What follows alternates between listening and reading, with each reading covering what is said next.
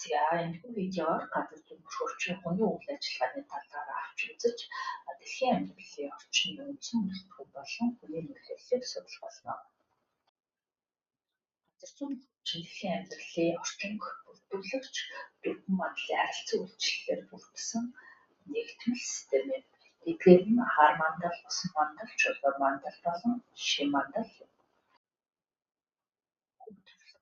Өөрийн хэрэгцээг хангахын тулд хүд аж ахуй, мал аж ахуй, уул уурхай, хотчлт, аж үйлдвэр, зам тээвэр, ойшиглалт зэрэг утсан үйл ажиллагаануудыг явуулдаг.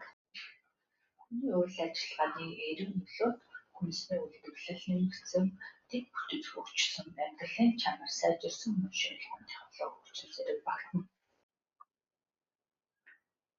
Харин хүний үйл ажиллагааны сөрөг нөлөө агаарын бохирдол, усны бохирдол, хөрсний доройдол, цөлжилт, биологийн төрөл зүйлээр болон уур амьсгалын өвчлөлтөд хүргэдэг.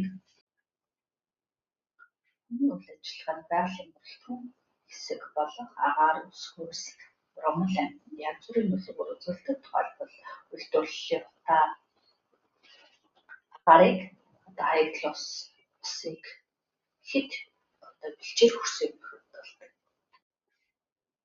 За Улаанбаатар хотын агаарын бохирдол, уул уурхай олборлол, бэлчээрийн доройдол, цөлжилт болон усны нөөц багасах зэрэг экологийн асуудалтай Монгол улс маань тулгарч байна.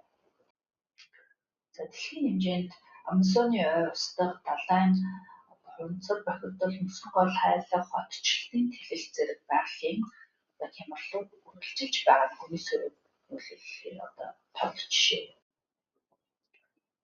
Тодорхой хөгжлийг хэрэгжүүлэх нь чухал. Үүнд ногоон хөгжил, сэргээг тэтгэж өгч, байгаль хамгаалалт, хог дахин боловсруулах болон зөв хэрэглээд дэмжих зэрэг шийдлүүд багтана. Ингэж хэлэхэд хүн бол газар зүйн хөгжиний хэсэг бөгөөд хүний үйл ажиллагаа байгальд хүчтэй нөлөөлдөг.